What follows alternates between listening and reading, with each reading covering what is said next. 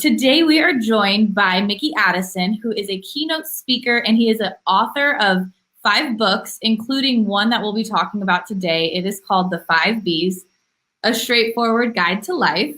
Good morning, Mickey. Hey, good morning. How are you today? I'm great. How are you? I'm good. I wish I was in sunny San Diego right now. You know what? It's cold for us, though. It may be sunny, but it is cold. It's under 60. Yeah, I miss the ocean. Yeah, it is nice to be so close to the ocean. I can't complain. Well, thank you so much for joining us today. I'm really excited about this. Well, thanks for having me on. It's fun to come on and talk about things I think are important. Oh, yeah, definitely. So let's just start out. Can you start out by telling our audience a little bit about yourself and what you do?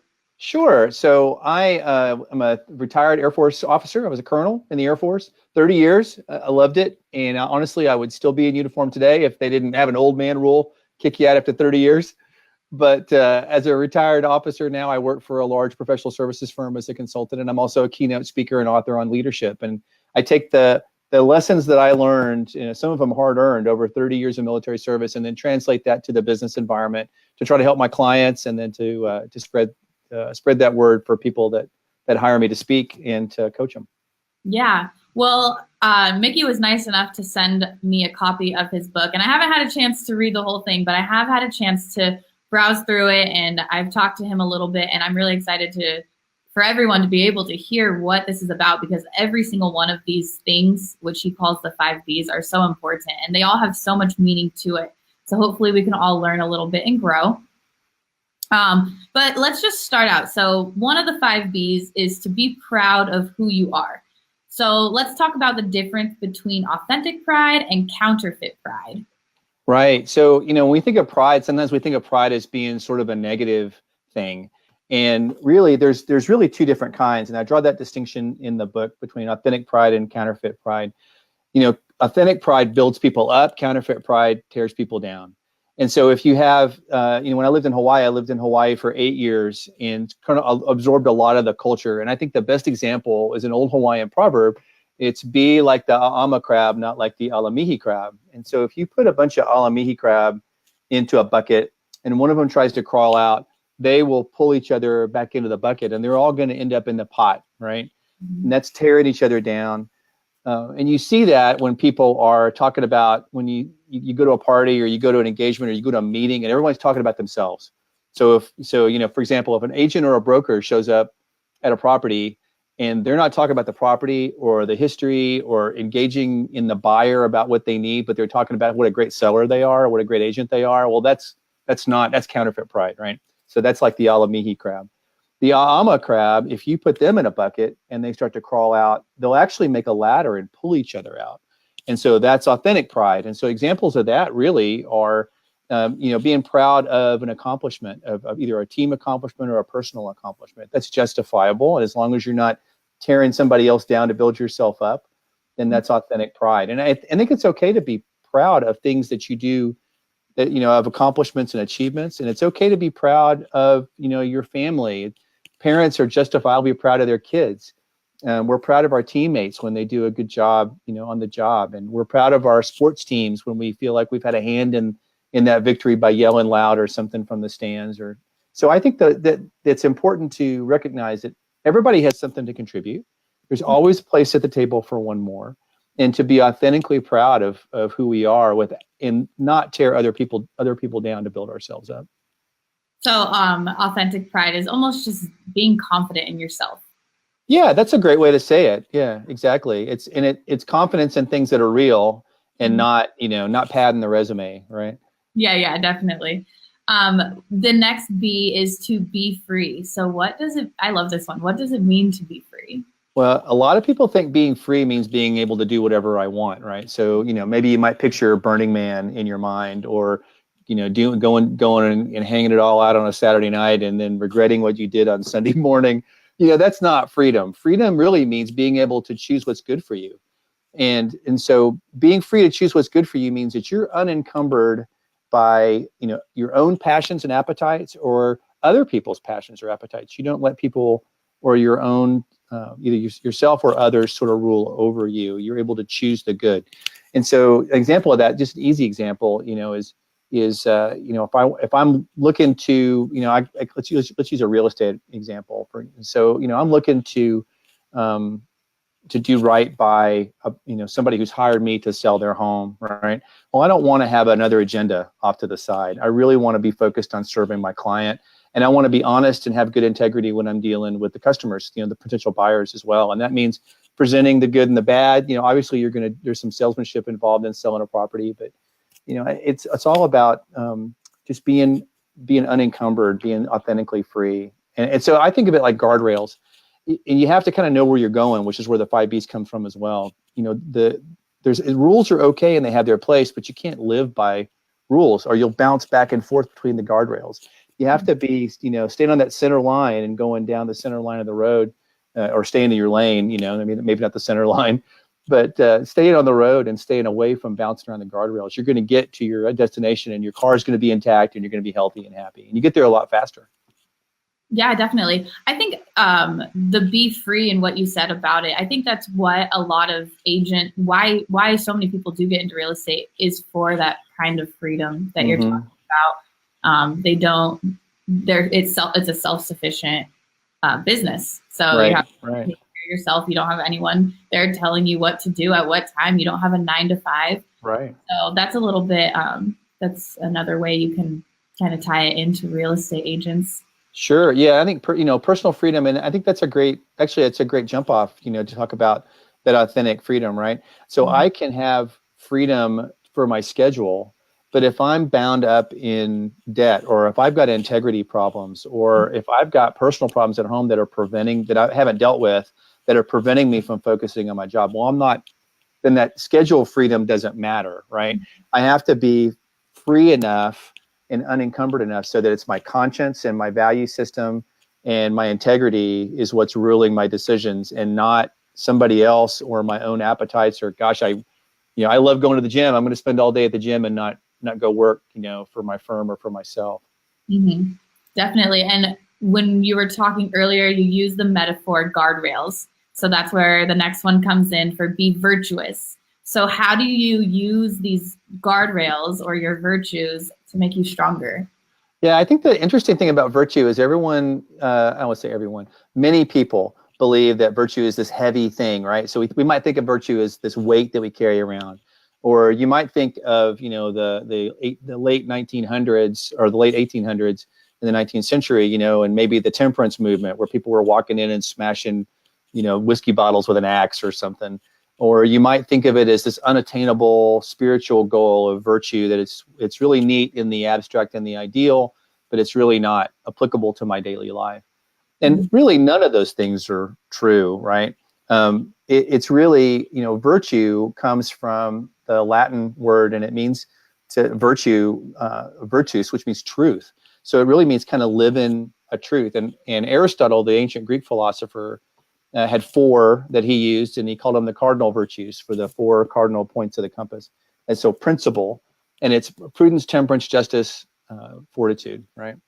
And those are kind of big words. And you think of prudence, you think, well, prudence, that's somebody from a Jane Austen novel's name, but prudence really just means making the right choices at the right time. And it can be as mundane as having good manners at a party. Not coming to a party empty-handed, but bringing something to your host or hostess as a thank you gift. Or, when a client asks you a question, you've got a choice to make about how you're going to answer that question, right? So, maybe you're privy to information that the seller has confided in you that you could reveal to the buyer, but your own sense of integrity, prudence, would suggest that you need to keep that confidential because you've agreed to that, Temperance means putting off something now to get something that I want better. So, and we do this every day. It's a big word, temperance, but really in every day we do this. If we've got a fitness goal, we're going to put the cake aside. I love chocolate cake, and you put it in front of me, I'm probably going to eat it, unless I'm trying to drop my holiday 20 pounds or whatever. God, I hope it's not 20 pounds. Yeah. But you're trying to drop the weight. Well, you're going to put that off because you want something better later. Chocolate cake is good, but being fit and healthy is better. Prudence, temperance, justice. We think of justice as, maybe we think of the justice system But justice really is just doing what's fair and doing what's right. It means to, if you owe somebody money, you pay them back, that kind of thing. And, and doing what's right by your client and doing what's right by the people that you're in business with, being fair and open and honest, holding to your integrity, holding to your corporate and your personal ethics, I think is, that's all, it's all, justice. Then the last one is fortitude. So the Latin root word for that one, I love Latin. I know that's a little geeky, but I do. I love the words. But forte, which means strength or strong, right? We get Fort Dix, for example, so fort means strong or strong point. And so to have fortitude just really means to find strength to overcome adversity. And sometimes you find that strength in yourself. And if you run out of that storehouse of strength, then you look to a friend or a partner or a significant other to help you, or look to your faith, or look to some other external means to support you. But the picture, if we were doing slides, the picture I always show here is Samwise Gamgee from The Lord of the Rings. And he's kind of the personification of fortitude, because no matter how bad it got, Samwise was always there for Frodo. And so these things are really, these things are, if you think of them as guardrails, if you think of them as not rules to make life no fun, but to make yourself healthy and successful, then they're really kind of, I think they're great guardrails on life. And the interesting thing about virtue is what Aristotle and Aquinas called the golden mean, which means that virtue's in the middle. So, when I look at, for example, prudence, I can be reckless, right, on one end, or I can be completely unable to make a decision on the other end because I got paralysis by analysis on one side. So prudence really is in the middle between those two extremes, between just recklessness, I don't care about the consequences, to I care so much about the consequences that I'm not going to be decisive at all or make any kind of decision. And so I'm in the golden mean. I'm in the middle of that, and that's where virtue lies. Yeah, and I actually, right before we got on, I read the sum it up at the end of your book, and the virtuous one, I just want to read it to our audience. It says, "Be virtuous and remember that virtues are like the guardrails on the road of life, there to keep you safe rather than hem you in."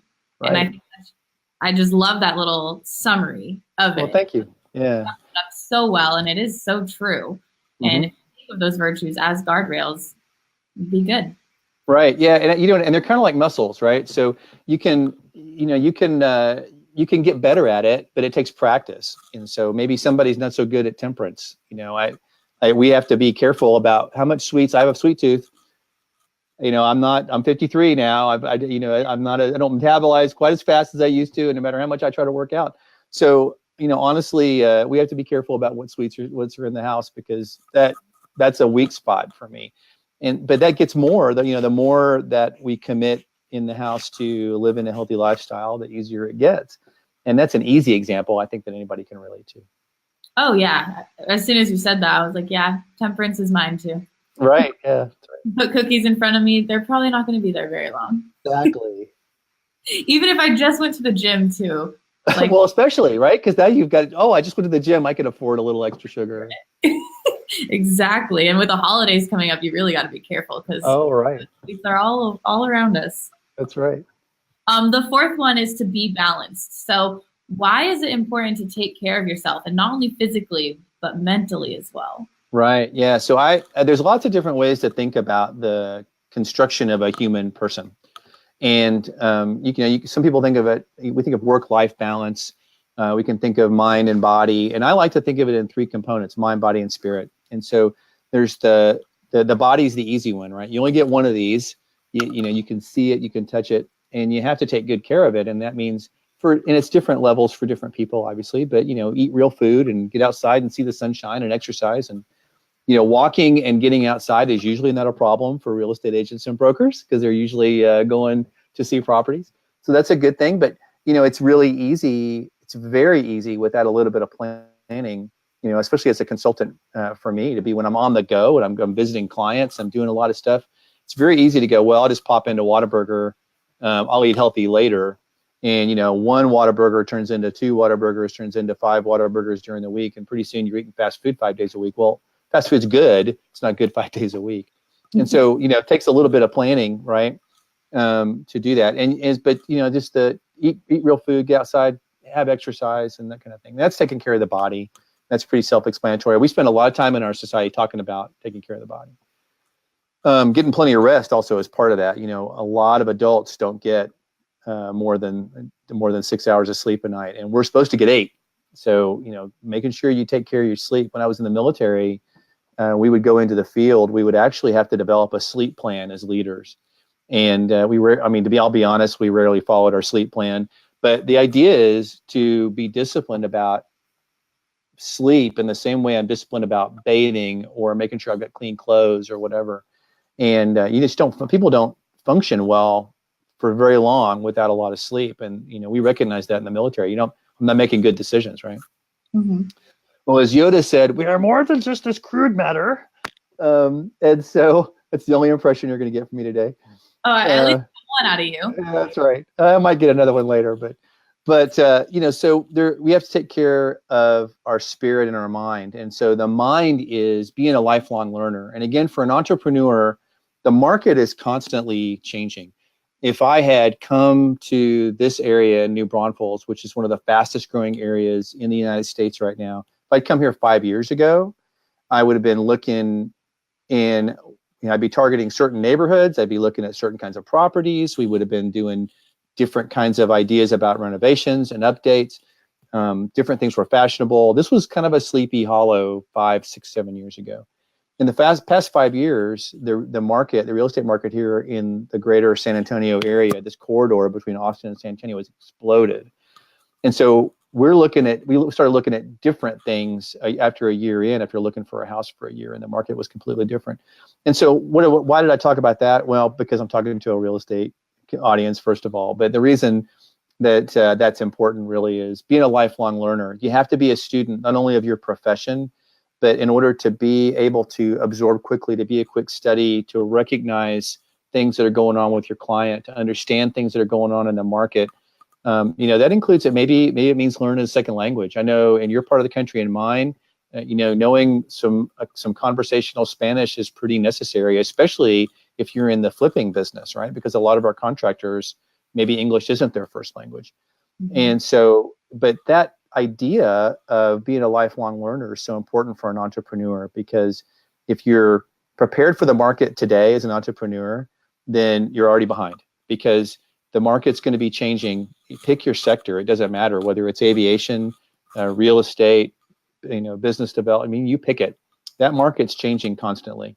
And so being able to be mentally agile is part of being a lifelong learner. And then the last one is, we're really just more than flesh and blood. There is this intangible thing called the human spirit. And Thomas Aquinas had this thing called universal human goods. And what he said was, there's no definitive list, but it includes things like beauty and truth and courage. And, so feeding your human spirit with beautiful things, with things that are true, really helps you from becoming stressed out. It is very easy. I think, and I'll use myself as an example. If I went to the grocery store and I took seriously what I saw in the tabloids and magazines that were at the checkout, as that's a model for my life, and that was my only input, I got to tell you, I'd be stressed out, because I don't meet any of those standards. I'm not a prince. I'm not rich. I'm not, so, it's if you're not feeding yourself with truth and beauty, then really you're going to be setting yourself up for failure. And so that's it. Mind, body, and spirit. I think what you just said kind of goes back to the whole pride and authentic pride thing too. Mm-hmm. You have to know who you are truthfully, and that's where the authentic pride comes in as well. If you're not truthful about who you are, and maybe you're pretending to be someone you're not, that's the counterfeit pride. So it's all tying together. Right. Yeah, and if you're honestly, putting on a face to the world and being somebody different on Monday morning than you were on Sunday morning, then it's very stressful. Human beings are just not made to do that. And I think if people, everyone tries to be nice, or at least most people try to be nice. Some people don't try very hard. Some people try harder than others. But honestly, I think especially in the people business, like in the real estate business, you're dealing with people all day long. At some point, if you're putting on a front that you're pretending to be somebody else, it is going to be obvious to your clients. It's going to be obvious to your buyers, and that's extraordinarily stressful. So just be yourself and trust that people are going to love you for who you are. Because circling back to the first one, everybody has something to contribute. Everybody. There's always room for one more at the table. Mm-hmm. Definitely. And the last one, we have be courageous. Can you give us an example of courage and how entrepreneurs can be courageous? Yeah. So entrepreneurship takes a lot of courage, right? Because you are sometimes risking everything, rolling the bones on something. And so I break down courage into two different aspects. One of them is physical courage. And so it's pretty rare, even for those of us in the military. You know, I was deployed twice. I carried a gun both times. I never fired a round downrange ever. And so, you know, there are people even in the military who are going to spend their entire career and never hear a shot fired in anger. There's firefighters who are going to go, you know, the majority of their career and never have to run into a burning building to drag somebody out, or police officers who are never going to face a dangerous situation. Most of us are never going to come upon a traffic accident or find a burglar in our home. These things are rare. They do happen. And it's important for us to try to be prepared to be physically courageous if it comes time for that. But that's really, I don't want to say it's not important, because it is, but it's rare, right? So, you know, you prepare for that by training. So, for example, I think for the agents to have a basic knowledge of first aid and have a first aid kit in their car, that's prudent, right? And that's being prepared to be courageous, right? So somebody gets hurt and you're there, you can call 911, you can stop the bleeding until the paramedics get there. Moral courage, though, is something that we can all practice on a daily basis. And it's something that one of my favorite generals, General George Patton, once said was the most desired and the least apparent in people. And it's moral courage is things like, did I do the inspection or did I just sign the form? Did I, have I told everything that I was supposed to reveal, or did I hold something back because it would benefit me? Did I confront somebody in a work situation who was being disrespectful to somebody else and say, hey, that's not cool. It's not cool to touch that person that way or to say that thing to that person or whatever. And stick up for people that are having a hard time sticking up for themselves. That takes moral courage as well. And so for entrepreneurs, moral courage comes into the way we deal with everybody around us, the way we have a sense of integrity and treat others with respect, see other human beings requiring the same sense of respect and honor that we expect to be given to ourselves, and being prepared to act on that. And that's where the courage comes from. And courage doesn't mean not being afraid. It can be nerve-wracking, especially if you're a small of stature person, mm-hmm. to confront somebody who may be physically larger than you are, and to stick up for somebody, or to cut some gossip off, and it doesn't mean you have to go poke them in the chest and go, you dirty rat, but to say, hey, look, that's really not appropriate, or I really don't like that. Could you please stop? And that takes courage too. And it doesn't mean, like I said, not being afraid, to complete the thought. It means being afraid and doing it anyway. That's courage, right? If I'm not afraid, then I'm just reckless, right? And so if I'm paralyzed by that fear, that's not virtuous either. So having the courage to stick up, and then like I said, as an entrepreneur, to have the courage, the moral courage sometimes to ask for help when you need it and not feel like you have to be on your own all the time. Having a trouble with this sale, how would you do this? Or, really, I am not the agent that you need, but I know exactly who you need. Let me refer you to the right person, rather than trying to take something on that it's really not your, it's a property you've never worked with or a client you've never worked with before that it's really not in your vein, but I know the right person. I mean, that takes courage too, right? Because you're passing up on a commission. So doing the right thing. Right. Yeah. Everyone can work on courage too. I mean, even if you're courageous in one situation, you may not be courageous in another situation. So as you said in the beginning of, right when I asked this question, you can work on courage every day. So. Right. Yeah. And I think, confrontational doesn't necessarily mean, or, being morally courageous to confront a situation doesn't mean being confrontational or rude. You always ought to try to be nice first. Sometimes people don't realize, right? Some people don't realize what they've, and I'll give you an example from my own life. Something I did not know was a slur. We were putting a slide and I abbreviated Pakistan as Paki, P-A-K-I. And I thought I was just doing an abbreviation. And somebody had the moral courage to, when I was a colonel and I outranked them, they said, "Hey, sir, did you know?" And I was mortified. I had no idea that what I just written on a slide, that we were doing was disrespectful to Pakistani people. And of course, I corrected it immediately and apologized to the people in the room. But honestly, that person, by being courageous enough to tell me when I had screwed up, was, they saved other people's feelings, and they saved me from embarrassing myself and doing something offensive to others. So, yeah, it's sometimes being morally courageous. You don't have to be, like I said, poking somebody in the chest. Sometimes it's just pulling somebody aside and say, "Hey, did you know that what you said or what you did was not right?" And yeah. Yeah, because it's not just about being mean or, like you said, confrontational. Right. Yeah. But the courage to act, right? Mm-hmm. Nicely. Right. Yeah. When you can. Right. When you can. Start with nice. So we have be proud of who you are, be free, be virtuous, be balanced, and be courageous. Those are the 5 B's and just a straightforward guide to life that Mickey has written in this book. Now, Mickey, we have your information in the description of this video. So we have your link to your website, but we also have a link to the paperback book. So can you tell everyone a little bit about how they can find you and some of the other things you do?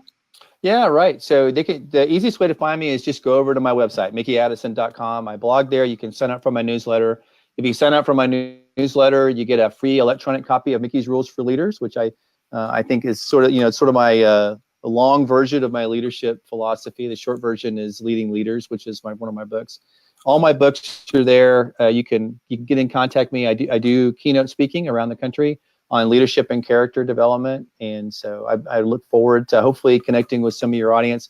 They can always connect with me there if they have questions. By all means, just website. The email's on the website. I'm happy to help as much as I can. Perfect. And I highly recommend you all click on that link for that paperback book and go get yourself a copy, because we touched on it today, but there's so much more to each one of these B's that we talked about. And the way you write it is just perfect and so amazing, so insightful, and just makes you feel so much better. And now I just want to go out and be a better person in life. Well, I'm so glad to hear that. Thank you. Well, I thank you so much for being here today with us, Mickey, and hopefully we will be able to work again together in the future. I hope everyone has a great holiday season. I hope everyone has a great rest of your week, and we will see you all next week. Bye, everyone.